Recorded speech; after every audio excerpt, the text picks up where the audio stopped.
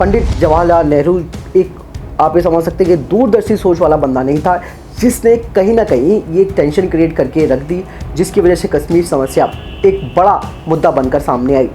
भारत ने अगर उस टाइम पे पीओके के ले लिया होता और पीओके पर कब्जा कर लिया होता, साम दाम दंड भेंट जो भी नीति थी वो सारी अपनानी चाहिए थी और उस वक्त पीओके पर भारत को कब्जा कर लेना चाहिए था। जिस तरीके से पाकिस्तान ने अवैध रूप से वहाँ पे वो अंदर घुस गया। आज चीन और पाकिस्तान, इन दोनों के जो विचार हैं वो बदले हुए नजर आ रहे हैं भारत के प्रति। अब उनको नहीं लगता कि अब भारत के साथ उनकी सीधी तौर पर कोई टक्कर हो सकती है, क्योंकि उनको मालूम है कि यहाँ पर एक स्ट्रॉन्ग नेतृत्व आ चुका है जो कि किसी भी तरीके की हवा को बदल सकता है। उस वक्त इजराइल, जो कि हमारा ऑल वेदर फ्रेंड जिसे हम कहते हैं, इजराइल ने कह दिया था कि आप हमें सिर्फ ऑर्डर दीजिए, हम लोग मिलकर पाकिस्तान के परमाणु ठिकानों को उड़ा देंगे। नमस्कार दोस्तों, स्वागत है आप सबका एक बार फिर से इस चैनल में। लक्ष्य विहीनता एक ऐसी शब्द है जो शब्दकोश में आता है, जिसकी वजह से बड़े बड़े देश बर्बाद हो जाते हैं और भारत के साथ भी शुरुआत में ऐसे ही हुआ। 1962 में अक्टूबर में युद्ध शुरू होता है चीन के साथ और नवंबर 1962 में ये युद्ध खत्म हो जाता है और इसके बाद जो सिनेरियो होता है वो बदल जाता है और चीन काफ़ी बड़ा एरिया भारत का ले चुका होता है। खास करके अक्साई चीन का जो एरिया है वो इस वक्त चीन के पास है। लेकिन यहाँ पर सबसे बड़ी बात ये थी कि हमारे देश के जो राजनेता थे उनके पास राजनीतिक लक्ष्य का बिल्कुल अभाव था, राष्ट्र सोच बिल्कुल भी नहीं थी और इसी का नतीजा आज भारत भुगत रहा है। खास करके एक तरफ पाकिस्तान ने जो पीओके ले रखा है, दूसरी तरफ आज लद्दाख में चाइना की जो आर्मी है वो आकर बैठी हुई है। तो ये सारा का सारा जो सिनेरियो स्टार्ट होता है ये 1962 से ही शुरू हो गया था, लेकिन इसकी पूरी की पूरी जो प्लानिंग थी वो उससे पहले से बन रही थी। ब्रिगेडियर दलवी है, उनकी एक पुस्तक है जिसका नाम है द हिमालयन ब्लंडर, आप उसको ज़रूर पढ़िएगा। उसमें आपको हकीकत समझ में आएगी कि हमारे देश के राजनेताओं ने उस वक्त कितनी बड़ी गलतियाँ करी। दरअसल सारा का सारा मामला बिल्कुल पहले से क्लियर कर चुके थे पाकिस्तान और चीन मिलकर। और 1962 की लड़ाई में भारत ने लद्दाख में रजिंगला को तो बचा लिया, लेकिन नेफा में जो त्वांग, सेला और बोर्डमिला हैं, इन इलाकों में भारत टूट गया और यहाँ पर चीन को आसाम तक आने की आसानी से, आप ये समझ सकते हैं कि उसको एक रास्ता मिल गया, जिसकी सबसे बड़ी वजह थी कि उस वक्त भारत की तरफ से कोई हवाई कार्रवाई नहीं करना और भारत की सेना उस टाइम मजबूत थी। खास करके एयरफोर्स के मामले में भारत काफ़ी आगे था चीन से, लेकिन जो पंडित नेहरू थे उन्होंने इस तरीके का कोई कदम नहीं उठाया, जिसकी वजह से आज नॉर्थ ईस्ट में भी एक बहुत बड़ी समस्या है चीन के साथ भारत का विवाद। हालांकि आप सबको ये बात यहाँ पर मालूम होनी बेहद ज़रूरी है कि 1962 की लड़ाई के बाद भारत को मिला क्या। भारत को यहाँ पर टूटना पड़ा और भारत का काफ़ी सारा एरिया चीन और उस तरफ पाकिस्तान पहले ही पीओके को ले चुका था। तो यहाँ पर भारत की जो राजनीतिक लक्ष्य विहीनता थी वो सबसे बड़ी हमारे सामने उभर कर आई। भारत ने तिब्बत के मामले में भी कुछ नहीं बोला, ना भारत ने तिब्बत में जब चाइना उस पर ऑक्यूपाइड कर रहा था तब भी भारत ने ये नहीं बोला कि हमें तिब्बत को बचाना चाहिए, तिब्बत के हमें साथ देना चाहिए। जो भारत का आज़ादी हुई थी वो धर्म के आधार पर हुई थी और पाकिस्तान का सिर्फ और सिर्फ लक्ष्य था कश्मीर को किसी भी हाल में पाना। लेकिन यहाँ पर भारत का राष्ट्रीय लक्ष्य कुछ भी नहीं था। पंडित जवाहरलाल नेहरू एक, आप ये समझ सकते हैं कि दूरदर्शी सोच वाला बंदा नहीं था, जिसने कहीं ना कहीं ये टेंशन क्रिएट करके रख दी, जिसकी वजह से कश्मीर समस्या एक बड़ा मुद्दा बनकर सामने आई। भारत को 1959 में पता चल चुका था कि भारत के एक ही दुश्मन नहीं बल्कि दो दुश्मन हैं, चीन और पाकिस्तान। आपको बता दें कि 1963 में गिलगिट बाल्टिस्तान का जो एरिया है उसमें से जो खास करके आपको बताना चाहूँगा कि साक्षगाम है, वो जो एरिया है 5180 वर्ग किलोमीटर का, वो एरिया गिफ्ट कर दिया पाकिस्तान ने चीन को और इससे जो काराकोरम जो सड़क मार्ग है वो बिल्कुल गिलगिट बाल्टिस्तान से जुड़ा हुआ है और यहीं से ही अब आने वाले टाइम पर सीपैक की जो परियोजना है चीन की और पाकिस्तान की वो शुरू होगी और ये भारत के लिए एक बहुत बड़ा सरदर्द बनने वाला है।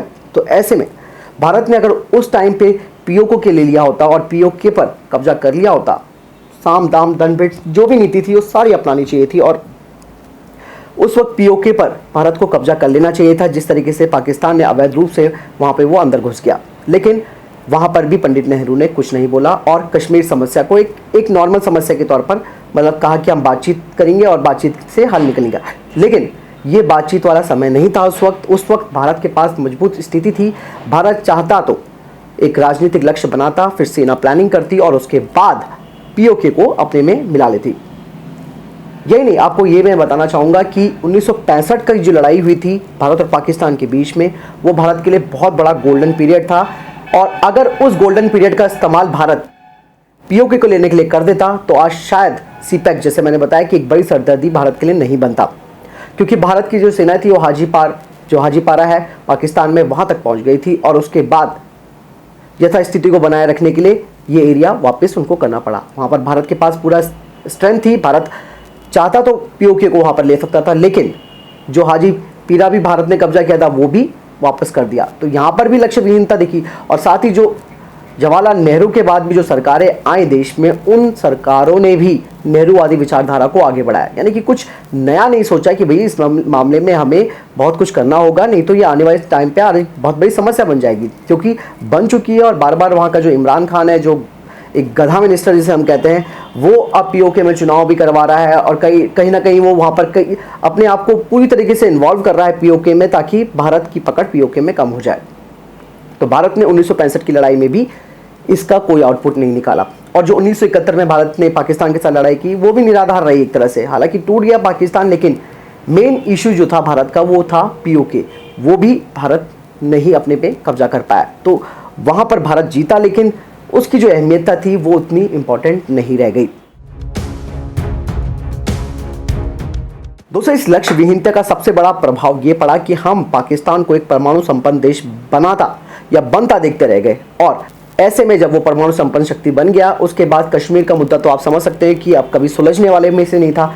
और कश्मीर में जो उसने जिस तरीके से वो आतंकी गतिविधियां करता है इस वक्त भी, वो सारी चीज़ें नहीं होनी चाहिए थी। क्योंकि अब वो इसलिए भी करता है कि वो अपने आप को यहाँ पर शो करता है कि मैं परमाणु संपन्न देश बन चुका हूँ। तो ये स्थिति भी भारत की राजनीतिक विहीनता और लक्ष्य विहीनता की वजह से हुई, जिसका सबसे बड़ा कारण पंडित जवाहरलाल नेहरू था। क्योंकि जिस देश का आज़ाद होने के बाद 10 महीने तक जो लॉर्ड माउंटबेटन था वो यहाँ का राष्ट्र अध्यक्ष बना रहा, उसने ये नहीं बोला कि भाई जब स्थायी सीट के लिए चीन का विरोध कर सकते थे भारत ने चीन का सपोर्ट किया बाकायदा विरोध करने के बजाय। आज भारत को यूएनएससी में सीट नहीं मिल रही है, क्यों? क्योंकि चीन विरोध करता है, क्योंकि उसके पास वीटो पावर है। ऐसे में उस वक्त भी भारत ने कोई राष्ट्र हित वाली बात नहीं दिखाई, जिसका नतीजा भुगत तो रहे हैं। इसका यही तो सबसे बड़ी प्रॉब्लम क्रिएट हुई। इसलिए एग्रेसिव हूं कि जम्मू एंड कश्मीर के पीएको को आप भारत का हिस्सा नहीं मानते हो क्या? एग्रेसिव ना हो, जान दे देंगे इसके लिए। क्या बात कर रहे हो आप? एग्रेसिव होने की क्या बात कर रहे हो? जान दे देंगे इसके लिए। यहाँ पर सबसे बड़ी बात यह है कि भारत को ये चीज़ समझनी चाहिए कि अब जो हवा है वो बदल चुकी है, पूरी तरीके से कंप्लीटली बदल चुकी है। और आज जो एरिया भले ही पाकिस्तान के पास है, लेकिन उसको लेने पर पूरी तरीके से भारत जो सरकार है, वो तत्कालीन जो सरकार है, उसने पूरा फोकस बना लिया है कि पीओके को किसी भी हद तक हमें लेना है। और ये नहीं, चीन को भी भारत ने सबक सिखाया। गलवान घाटी की जो हिंसा हुई, भले ही हमारे उसमें 20 सैनिक शहीद हुए, लेकिन भारत ने चीन के कई सैनिकों को भी मारा और चीन को यहाँ पर बैकफुट पर लेकर आया, जिसकी ये अहम वजह थी कि भारत अब 1962 वाला देश नहीं रह गया। और भारत में अब पूरी तरीके से राष्ट्रहित वाली सरकारें आ चुकी हैं, जो कि अब यहाँ के लोग भी, यानी कि जैसे कि आप सब लोग भी यही सोचते हैं कि राष्ट्रहित में कोई भी चीज़ हो तो सबके सब एक साथ खड़े हो जाते हैं। तो 15 जून वाली घटना ने चीन को सबक सिखा दिया और एक सोच बदल दी। जो उनकी हमारी प्रति सोच थी कि भारत दब जाएगा, वो सोच भारत ने बदल दी चीन की। और आज चीन और पाकिस्तान, इन दोनों के जो विचार हैं वो बदले हुए नजर आ रहे हैं भारत के प्रति। अब उनको नहीं लगता कि अब भारत के साथ उनकी सीधी तौर पर कोई टक्कर हो सकती है, क्योंकि उनको मालूम है कि यहाँ पर एक स्ट्रॉन्ग नेतृत्व आ चुका है जो कि किसी भी तरीके की हवा को बदल सकता है। तो यहाँ पर चीन और पाकिस्तान दोनों मजबूर हो चुके हैं 10 बार सोचने के लिए कि अगर कोई एक्शन वो इंडिया के खिलाफ लेते हैं तो उनको 10, मैं तो ये कहूँगा 100 बार उन लोगों को सोचने की ज़रूरत पड़ती है इस चीज़ के लिए। लेकिन फिर भी वो ये चीज़ नहीं कर पाते हैं, क्योंकि उनको मालूम है कि ईंट का जवाब अब पत्थर से मिलने वाला है। तो अब आप ये समझ सकते हैं कि जो लक्ष्य विहीनता पूर्ववर्ती सरकारों ने की, उसका खामियाजा हमने भुगता। भारत सरकार ने आते ही, जो तत्कालीन सरकार आज के समय में है, 370 कश्मीर से हटाकर उसको केंद्र शासित प्रदेश बना दिया, लद्दाख को केंद्र शासित प्रदेश बना दिया। इससे एक बहुत बड़ा मैसेज गया है पाकिस्तान को और साथ में चाइना को भी, क्योंकि उनको मालूम है कि अब यहाँ पर उनकी नहीं चलने वाली। जो उन्होंने यहाँ पर तरह तरह की प्रोपेगेंडास चलाए, तरह तरह के इश्यूज बनाए, यूएन में मुद्दा उठाया कि कश्मीर में लोगों का भला नहीं हो रहा, वहाँ पे सेना रखी हुई है। अब ये जो रुख है इनका, वो अख्तियार जो हो रहा था, वो अब टोटली बदल चुका है और अब वो कुछ करने की हिम्मत में नहीं है। यानी कि अब पीओके में खास करके अब भारत को किसी भी तरीके से साम दाम दंड भेद से अब भी वो भारत के पास अपॉर्चुनिटी है कि भारत सीपैक बनने से पहले पहले उस एरिया को कब्जा में अपने ले ले, क्योंकि अगर भारत ने ऐसा नहीं किया तो सीपैक बनते ही पूरी तरीके से सपोर्ट में आ जाएगा, पाकिस्तान के सपोर्ट में चाइना आ जाएगा। ऐसे में वो अपने हित वहाँ पे रखेगा कि जिस वजह से वो वहाँ पर सैन्य कार्रवाई कर सकता है। लेकिन ये वक्त भारत को अब सोचने का बिल्कुल भी नहीं है, तुरंत एक्शन लेना है, तुरंत भारत को कार्रवाई करनी है। किसी भी मसले को अब बातचीत से नहीं, सीधा आर्मी से सुलझाया जा सकता है, क्योंकि इन लोगों को बातचीत का रास्ता समझ में नहीं आता है। तो अब आप समझ सकते हैं कि एक मजबूत जो राजनीतिक लक्ष्य है और राष्ट्र हित के लिए जो लक्ष्य निर्धारित हो चुका है वो कहीं ना कहीं भारत को एक यहाँ पर ये लगा सकते हो कि बहुत बड़ा दिला सकता है। दोस्तों यहाँ पे मैं एक चीज़ बताना आपको भूल गया कि जब ये परमाणु संपन्न देश बन रहा था पाकिस्तान, उस वक्त इजराइल जो कि हमारा ऑल वेदर फ्रेंड जिसे हम कहते हैं, इजराइल ने कह दिया था कि आप हमें सिर्फ ऑर्डर दीजिए, हम लोग मिलकर पाकिस्तान के परमाणु ठिकानों को उड़ा देंगे। लेकिन तत्कालीन गवर्नमेंट ने ऐसा बिल्कुल नहीं किया, ना उनकी राजनीतिक सोच ऐसी थी, ना उनकी राष्ट्र सोच थी। उस वक्त अगर हमने उनके परमाणु ठिकानों को नष्ट कर दिया होता तो आज पाकिस्तान की इतनी बड़ी जो ये तूती खुलती है, इसकी जो ये बोलता है वो नहीं बोल पाता, लेकिन नहीं किया। तो उस वक्त इजराइल भारत के साथ खड़ा था। तो अब पूरा सिनेरियो, अब कंक्लूजन तो यही निकलता है कि अब भारत के पास पीओके के लेने का एक मौका है। पीओके को भारत को किसी भी हाल में लेना है और कई सारी समस्याएं इससे आसानी से ठीक हो सकती है अगर भारत ने पीओके को ले लिया। और अब मैंने कहा कि गवर्नमेंट मजबूत है, तुरंत कॉल टू एक्शन होता है। और उसके बाद जिस तरीके से भारत ने सर्जिकल स्ट्राइक करके पाकिस्तान को बता दिया कि हम तुम्हें घर में घुसकर मार सकते हैं, तो हम पीओके को लेने के लिए कुछ भी कर सकते हैं। सीधी बात है, इसमें कोई दो राय नहीं है। सेना मजबूत है और सेना को अत्याधुनिक हथियार प्रोवाइड कराए जा रहे हैं और कई सारी डिफेंस डील्स भारत की हो रखी हैं। मैं आपको डिफेंस अपडेट्स में इन सब चीज़ों के बारे में जानकारी देता हूं। भारत स्वदेशी रूप से अपने हथियारों को विकसित कर रहा है और क्या चाहिए दोस्तों। अगर ये सारे प्रोग्राम्स पहले से भारत ने शुरू कर दिए होते आज़ादी के बाद, आज भारत का लेवल कुछ और होता। भले भारत धीरे धीरे मेक इन इंडिया प्रोग्राम को आगे बढ़ा रहा है, इसके अलावा विदेशी देशों के साथ मिलकर हथियारों का निर्माण कर रहा है, बहुत सारी चीज़ें सामने आ रही है, बहुत कुछ बदल चुका है। अब ये नहीं रह गया कि एक परिवारवादी सरकार चल रही थी जिसने कुछ देखा नहीं, केवल अपना पर्सनल हित देखे।